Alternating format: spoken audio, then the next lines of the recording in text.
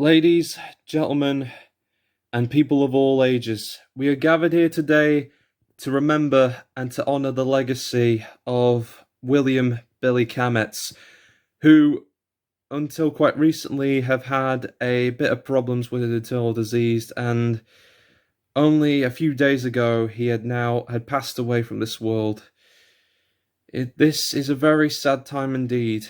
And although there would have been a Seansterverse What If around about this time, I came to an executive decision to push that further into a week, or at the very least a month. So there won't be any Seansterverse What Ifs this month, only because I wanted to take the time to make this video together to honour the legacy that this magnificent voice actor left behind. And so many people were honoured and even inspired from the work that he has done over the years for Funimation, for Crunchyroll, for Viz Media, and there are just no words to describe how much of a legacy and an impact he has made on this world.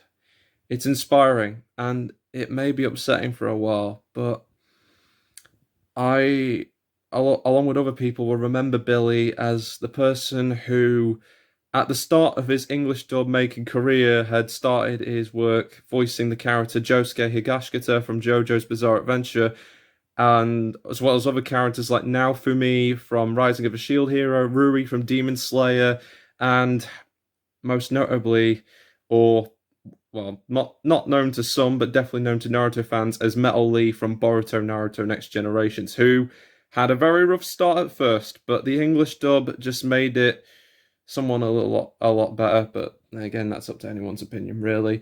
But that aside, in order to make this special for mainly Billy and to everyone here who absolutely adores Billy Kametz with all their hearts, I've invited a couple of characters over from Billy Kametz's repertoire to say their final piece, as we now will send this all the way to Billy in heaven, and hopefully he'll be able to find peace, and the legacy he left behind, I hope they could live up to the expectation, just like, but not related to the Broly dub voice actor incident, but that's an entirely different subject entirely, and I apologize for comparing it to something that is entirely different. But for this here is for Billy Kametz, and before I stutter anymore, because I'm known for stuttering, and I highly apologize to everyone here who has come down to also mourn and to look back on the legacy of Billy Kametz, I won't say any more. So I'll be bringing the characters out to say their final pieces, starting with Mr. Metal Lee. Would you like to come up? Yep. Okay, this is for you. There you go. Go nuts. When I got casted with Billy, I was so happy. I was really happy, okay? And I only thought, okay, the anime sucked at first because no one wanted to see the Academy arc. No one wanted to see the Academy arc. And it was okay for quite a while. You know, I kept a brave face because Billy was right there in my corner saying, it's gonna be okay. You know, we're gonna go places someday. You're gonna learn the 8 gates. But this year, this hit me really hard, okay, because I lost a friend by the name of Ichigo, who died trying to stop a war. And then when I found out Billy had this internal disease, I didn't know what to think. My heart just couldn't take it. And I tried my best to be brave, and then of course Seanster decided to bring this event together. I really just wanted Billy back. This is again, I'm sorry. What can I say about Billy Kametz? Well, I was his first English dub role, but I definitely wasn't his last. When I heard the news that they were dubbing Diamond is Unbreakable, I was a little worried at first, that I thought no one could perfect a voice such as my own, considering the emotional moments in between, as well as the angry moments I get when someone disses my hair. But Billy aced it round the hole. He really did. He aced it to a T, and those episodes that we've had dubbing together, it was a real treat indeed. And now he's gone. I just didn't believe that he would die. I really am gonna miss him, and wherever he is right now, I just hope that, you know, he'll find peace with himself, and I hope that the legacy that he built from the start of his career to the very, pre-start of his career, because I know that he might have done some things before coming over to Viz Media, and well, all those moments were very special. And before the English dub came along, I've been going through a few PTSD moments myself after losing my grandfather to a serial killer by the name of Angelo, my friend getting blown up by a guy with an explosion hand fetish, which, if you think about it, isn't the most bizarre thing in the world, considering his show was literally called JoJo's Bizarre Adventure.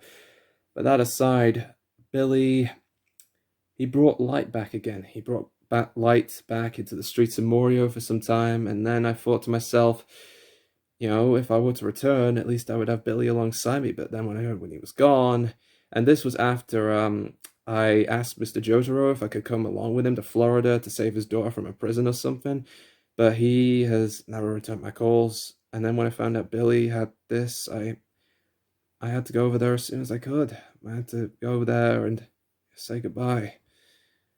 I tried fixing them with Shining Diamond, but it just was too late.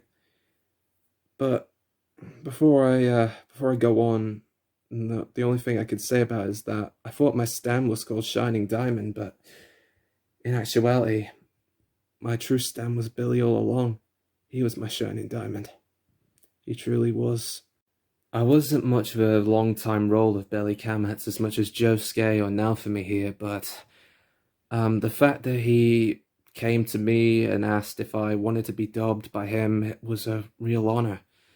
At first I thought it would be a way of finding my light again by joining the 12 Kiseki as well as getting dubbed by Billy, but it turns out, and this was after I was unfortunately decapitated again for the second time, that I was able to find my light again. But it wasn't from the kind words and the determination of Tanjiro Kamado, it was from the support that Billy Kametz gave me as I left the studio and after I gave my parents a hug for the second time. A friend of mine, before I came here, by the name of Macaque, would also say the same thing. Unfortunately, since his show Monkey Kid is classed as made for kids from the YouTube algorithm, he could not be here today. But for me and Macaque, we're going to miss you, Billy. I really are. I really am going to miss the guy.